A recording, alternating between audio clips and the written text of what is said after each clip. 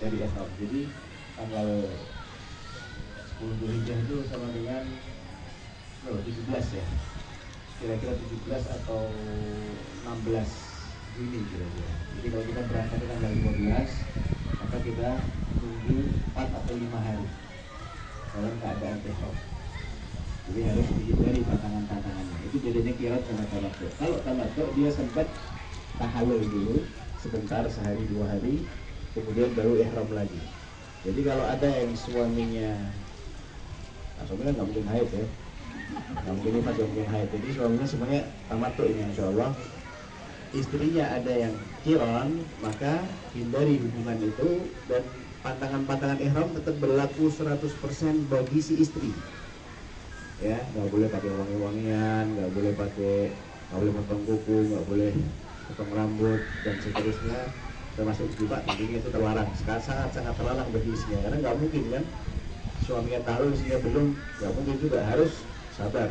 Intinya bagi yang haji qiran, dia begitu datang udah nunggu aja di lontaran, udah ikut umrah. Nanti suaminya selesai umrah, dia tetap 100% masih ihram, pantangan ihram berlaku 100% ya. Sampai kita tanggal 8 suaminya ihram lagi buat haji dari tarwiyah itu. Istrinya nggak perlu ihram karena udah dalam keadaan ihram, ya. Kemudian ke Mina, sholat 2 waktu di sana. Kemudian nanti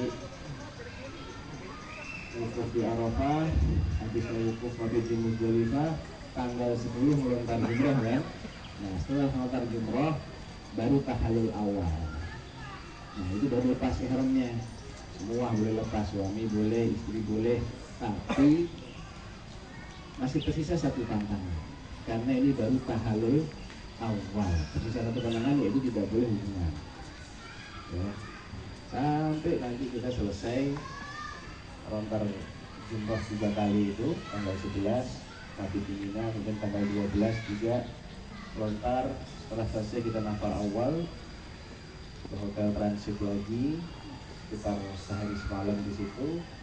Tanggal 14-nya baru kita check in di hotel dekatnya Masjidil Haram depan. Jadi kita akan tawaf ifadah tanggal 14-nya 14 Dzulhijjah, bulan Juni ya, 14 Dzulhijjah, sama dengan tanggal sekitar berapa itu? Ya 21 lah atau 20. Jadi ihramnya kalau berangkat tanggal 12 baru benar-benar tahallul free 100% sekitar berapa hari itu? 8 harian lah, 8 atau 9 hari. Itu baru kita selesai haji dan umrah. Baik, sekarang kita mulai dulu umrah dulu bagi yang tidak ada halangan ini ya tentunya ya. Setelah kita mengucapkan miqat, semuanya mengucapkan miqat bareng-bareng. Kalau yang tamattu mengucapkannya labbaik Allahumma umratan. Kalau yang qiran labbaik Allahumma umratan wa hajjan. Namanya itu labbaik Allahumma umratan wa hajjan. Itu kalau yang qiran. Kalau yang ada kekhawatiran tidak enak badan, takut sakitnya kambuh, ya, nggak sanggup melanjutkan manasik, maka ucapkan juga syarat Allahumma mahilli haitsu habastani. Ya Allah, tempat tahallulku adalah di mana engkau menahanku karena uzur ini, karena aku sakit, aku akan halal di situ. Tapi kalau tidak ada kekhawatiran apa-apa, nggak usah mengucapkan syarat ya. Bagi yang sakit, yang enak badan gitu ya, ada gejala-gejala takutnya nanti ambruk ke sana, baru ucapkan ini. Kalau enggak, tanpa mengucapkan itu ya. Jadi kita ucapkan apa yang tamattu, labbaik Allahumma umratan. Kalau yang qiran, labbaik Allahumma umratan wa hajjan. Dan qiran ini bagi yang sedang dalam keadaan haid, atau nanti ketika sampai di sana dia nggak bisa langsung umroh ya. Baik, jadi kita setelah ihram dari miqat, kita menuju ke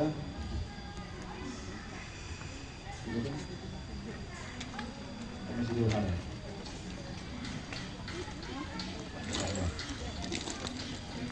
Ya, sampai kita memperbanyak talbiyah ya. Untuk bacaan talbiyah. La ilaha illallah wa la syarika lahu innal hamda wa ni'mata la syarika lahu. Nah, kalau kita sudah melihat Ka'bah stop talbiyah. Tapi sejak kita mulai ihram dari pesawat talbiyah terus. Ya pada waktu talbiyah kita talbiyah. Ini tanggal 5 Zulhijjah. Ini yang sama dengan 12 Juni begitu ya. Kita pertama-tama akan melaksanakan apa dulu? Umrah dulu ya.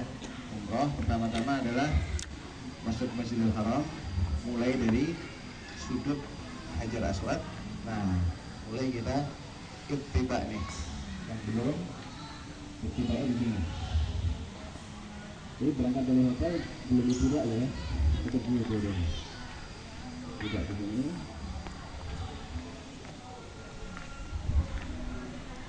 Kemudian posisikan coba di belakang hadapnya ke sana ya. Posisikan sebelah kiri kita adalah sudutnya Hajar Aswad. Terus sampai 7 putaran ya.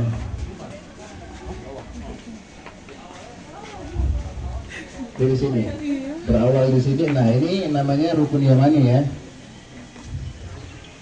Belum. Ini kabarnya kekecilan. Ya, ini Rukun Yamani. Nanti kita cukup lewat aja, tidak pakai lambaian, nggak pakai usap, karena nggak mungkin juga bisa usap, pasti penuh. Nah, apa yang kita baca? Kita baca Rabbana atina fid dunya hasanah. Dari sini. Pokoknya sebelumnya Hajar Aswad itu sesuai arah putaran tawaf itu adalah Rukun Yamani. Jadi yang belum pernah umroh, yang saya persis ya posisinya, yang belum pernah umroh sama sekali, ada nggak? Kayaknya kemarin ada 6 orang ya. Ibu-ibu ada yang belum pernah umroh? Tangan kiri aja deh, ibu sebelah kanan sini. Sebelah suaminya kalau ada. Khususnya yang belum pernah umroh, biar lebih jelas. Nah, jadi kita tadi mulai dari situ ya, Hajar Aswad. Nah, berlawanan arah Jarum Jam kan, bagi bapak-bapak laki-laki kecil. Ya, kalau memang space-nya ada, tempatnya bisa untuk laki kecil. Kalau enggak ya biasa nggak apa-apa. Itu sebanyak 3 putaran pertama. Setelah itu jalan biasa normal. Nah, sebelum Aswad kita akan melewatin yang namanya itu sudut yang ini nih. Nah, itu namanya Rukun Yamani.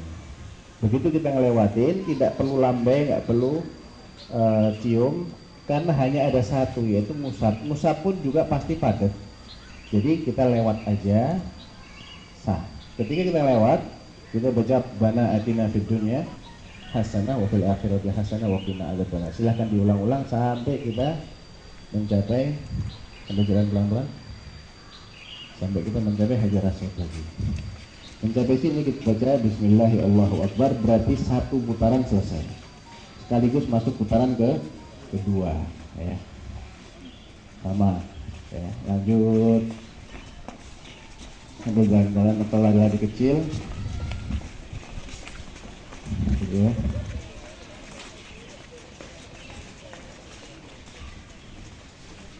Sambil baca zikir, tasbih, tahmid, takbir, tahlil, sholawat, ngaji pun boleh. Nah, ini Rukun Yamani lagi. Kita baca lagi Rabbana atina fid dunya hasanah wa fil akhirati hasanah wa qina adzabannar. Ulang-ulang Rabbana atina fid dunya hasanah wa fil akhirati hasanah wa qina adzabannar. Sampai di sini Bismillahirrahmanirrahim Allahu Akbar. Berapa putaran berarti genap? 2. Masuk yang ketiga dan seterusnya. Paham ya? Misalnya udah yang ke-7 nih, udah selesai, langsung kita menuju ke makam Ibrahim. Ini ibaratnya makam Ibrahim di sini posisinya. Bentuknya seperti ini. Jadi nggak jauh dari pintu Ka'bah ya, kelihatan kan? Ini pintu Ka'bah, kira-kira di sebelah sini dia posisinya gitu. Ya, ketika kita selesai putaran ke-7, maka kita baca wattakhidhu min maqami Ibrahim musalla. Jangan lupa tutup lagi pundak kanan kita, tutup pundak kanan, dan wudhunya dijaga ya, karena sholat tetap harus dalam keadaan sudah berwudhu. Aku ini lupa ntar tas pinggangnya.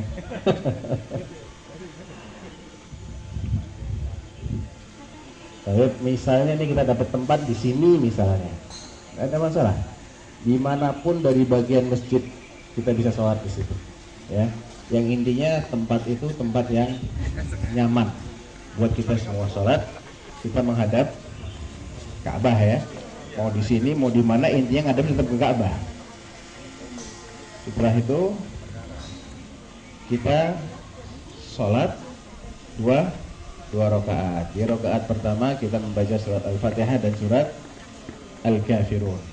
Kemudian rakaat kedua kita membaca Al-Fatihah dan surat Al-Ikhlas. Selesai sholat 2 rakaat, kita minum zam-zam.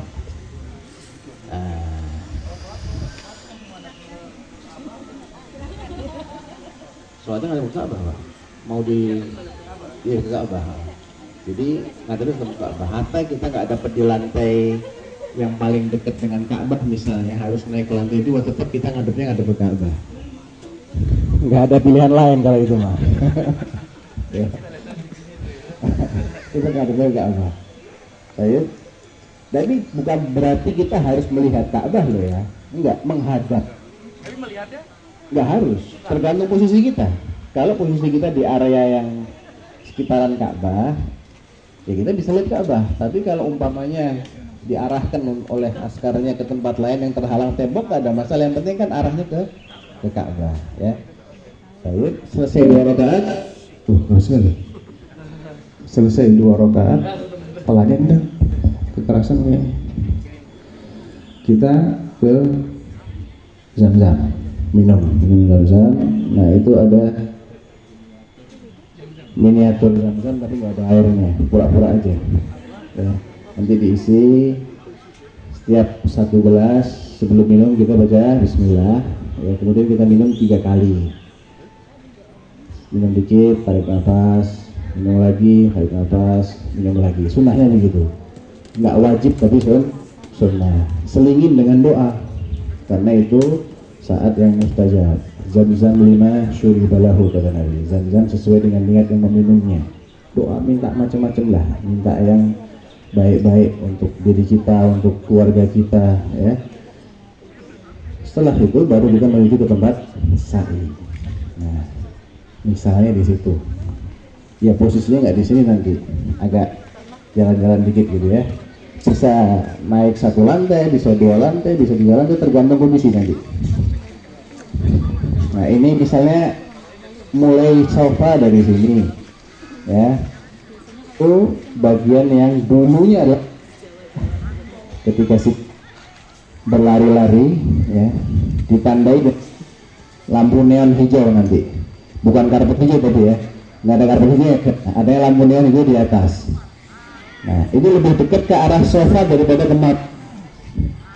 Jadi ibaratnya kalau kita bagi 5, mungkin baru 1/5 udah ketemu itu area yang lampu hijau. Jadi lebih dekat ke sofa. Nah ketika kita sampai di sofa atau perjalanan kita menuju ke sofa, kita inna wal marwata min syairillah nad kepada Allah itu ya, kami memulai sebagaimana di atas pundak ya, dua-duanya menutup, jangan yang ada yang ketiba lagi Bapak, dibenerin dulu Pak. Nah cukup buat baik, Bapak diginiin ya, karena kita belum keluar dari ihram nih ya. Kalau panas ya tahan aja, misalnya nggak panas kalau di masjid. Iya cukup. Baik, kita mulai dulu ke Ka'bah, sunnahnya dia ada sana semua. Nah kita kali Allahu Akbar, Allahu Akbar, Allahu Akbar, la ilaha illallah wahdahu la syarikalah, lahul mulku wa lahul hamdu wa huwa ala kulli syai'in qadir. La ilaha illallah wahdah anjaza wa'dah wa nasara 'abdah wa hazama al-ahzaba wahdah. Kita doa sejenak, bebas. Rabbana atina, mau apa, bahasa Indonesia, bahasa Inggris, bahasa Jepang, Allah paham semua bahasa ya. Gak usah bingung. Kita kasih waktu mungkin sesuai kondisi. Ulang. Allahu Akbar, Allahu Akbar, Allahu Akbar, la ilaha illallah, wahdahu la syarika wa lahul hamdu ala syai'in qadir, la ilaha illallah wahdah, anjaza wa'dah, wa nasara 'abdah, wa hazamal ahzaba wahdah. Lagi dengan doa lagi bebas. Terakhir kita ulang lagi. Allahu Akbar, Allahu Akbar, Allahu Akbar, dan seterusnya. Baru kita jadi 3 kali. Di sela-selanya ada 2 kali doa bebas ya. Baru kita mulai turun ke arah bawah ya. Jalan gini sampai di area pilar hijau, yang laki-laki lari. Nah, tapi nggak sepandai gini tadi ya. Pasti ya, mungkin sekitar berapa? Ada 100 meter kali ya, kira-kira lah. Kira-kira atau mungkin kurang lebih 100 meter. Setelah itu di penghujung lampu ini jalan biasa, lanjut ke Marwah. Sampai di Marwah bacaannya sama persis, ngadepnya ke arah kiblat juga, sesuaikan aja dengan arah lantainya, itu sudah mengarah ke kiblat. Sama, kita baca takbir 3 kali. Allahu Akbar, Allahu Akbar, Allahu Akbar, la ilaha illallah wahdahu la syarikalah, sambil angkat tangan ya. Lahul mulku wa lahul hamdu wa huwa ala kulli syai'in qadir, la ilaha illallah wahdah, anjaza wa'dah, wa nasara 'abdah, wa hazamal ahzaba wahdah. Terus doa bebas. Setelah itu ulangi lagi Allahu Akbar, Allahu Akbar, dan seterusnya. Habis itu doa lagi bebas. Dan terakhir ulangi lagi sekali, baru kita kembali ke kemana? Pulang ke Jakarta ya, ke Safa tadi. Yang baru sekali harus berhenti di Marwah tanpa berdoa lagi ya. Misalnya nih udah selesai di sini, ini yang ke-6, yang ke-7 kali kita doa. Sa'i yang terakhir kita ke sana sekarang. Dalam persingkat aja. Nah ini sa'i yang terakhir ya, misalnya yang ke-7, sama di antara garis hijau kita lari baca doa tadi. Selebihnya kita jalan sampai di Marwah, udah langsung balik, nggak pakai doa lagi ya, karena emang cuman 7 kali harus sampai. Nah, batas minimal sa'i ini penting ya. Apakah harus naik ke gunung? Tidak. Batasan minimalnya ikut aja jalurnya kursi roda, muternya di mana, itu minimalnya sampai situ gitu. Jadi nanti ada yang di tengah-tengah, cuma nggak tergambar di sini, di antara area pejalan kaki yang ke arah Marwah ataupun yang ke arah Safa, di tengah-tengah itu ada jalurnya kursi roda. Nah, kita sampai di putaran itu sudah sah sa'i kita, nggak harus naik ke atas. Itu kalau kita mau mencapai jarak minimal ya. Tapi kalau ingin cari tempat untuk doa dulu ya, kita mesti agak naik sedikit, karena nggak mungkin kita area putaran, nggak mungkin. Kita harus agak naik sedikit, bisa enak doanya, kita doa di situ ya. Tapi bagi yang kursi roda maka putar balik sudah sah ya. Nah, ini semuanya sunnah ya. Nggak begini pun nggak, hajinya tidak akan berkurang, maksudnya tidak akan menjadi nggak sempurna gitu, nggak, karena ini sifatnya sunnah, jadi tentatif sesuai dengan kondisi yang memungkinkan. Kan Allah tidak membebani kita di luar kemampuan. Ya fattaqullah mastata'tum. Kadang-kadang kita ingin menerapkan tapi nggak boleh, sama diusir-usir, nggak boleh berhenti. Ya sudah, kita jalan terus, tetap insya Allah pahala itu dicatat sama Allah. Bisa dipahami ya. Baik, selesai kita sa'i umroh, maka bagi yang tamattu tinggal tahallul ya. Tahallul di mana nih? Ada nggak? Pojok kanan. Ada tahallul ya, berarti menuju ke arah hotel. Tahallul di mana? Bawahnya sofa itu ya, Zam-Zam Sofa Tower. Tahallul di situ berarti sudah lepas bagi yang tamato. Kalau yang kiron belum, karena memang belum umroh kan.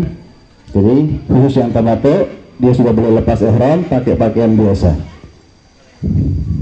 Memasuki tanggal 8 Dzulhijjah dari tempat tinggal kita masing-masing nanti. Jadi di hotel transit ya. Betul ya, tanggal 8 di hotel transit kita ihram lagi. Yang kemarin tamato ihram lagi sholat zuhurnya di Mina. Tidak di jamak, cuma di qashar saja. Ya, 2 rakaat khusus zuhur, kemudian masuk waktu asar kita salat asar 2 rakaat, masuk waktu maghrib kita maghrib tetap 3, masuk waktu isya kita salat isya 2 rakaat, dan sampai keesokan harinya tanggal 9 subuh kita masih di Mina salat subuh. Ya, kemudian persiapan untuk menuju Arafah. Mana Arafahnya? Itu. Ini kita talbiyah terus ya. Talbiyah terus. Selama di Mina perbanyak talbiyah, zikir, ya, baca Al-Qur'an. Intinya diisi dengan mengingat Allah. Nah, tanggal 9 Dzulhijjah kita menuju Arafah di pagi hari, tapi kita mulai wukuf begitu azan zuhur. Jadi wukuf baru dimulai tanggal 9 setelah masuk waktu zuhur. Pastikan kita di area Arafah dalam tenda yang sudah disediakan. Nah, apa yang kita lakukan selama di wukuf di Arafah? Kalau waktu di Mina kan sholatnya nggak di jamak. Kalau di Arafah sholat zuhurnya sama asarnya di jamak dan di qashar. Sunnahnya begitu, biar kita bisa maksimal untuk doa. Jadi kita masuk waktu, kemudian sholat, setelah itu ada khutbah Arafah biasanya ya, disampaikan khutbah Arafah. Setelah sholat zuhur dan asar kita dengerin khutbah, kemudian kita doa, kita zikir ya. Berdoa cari arah kiblatnya kemana. Jadi berdoa itu mau di bagian manapun disunnahkannya menghadap ke kiblat tetap. Ya, biasanya nanti ada petanda-petandanya itu tinggi gitu, kiblatnya ke sana. Ya udah kita arahkan aja ke sana, kita doa. Boleh duduk, boleh bersila, boleh juga sambil berdiri, mana yang nyaman buat kita. Ya, kalau kepanasan cari tempat berteduh nggak ada masalah. Capek istirahat, ngantuk tidur nggak apa-apa. Ya, intinya menjelang maghrib, kalau bisa, kira-kira maghrib jam berapa ya? Di sana musim panas itu siangnya panjang. Siangnya panjang ya. Misalnya maghrib kurang 1 jam, maksimalkan untuk doa, karena itu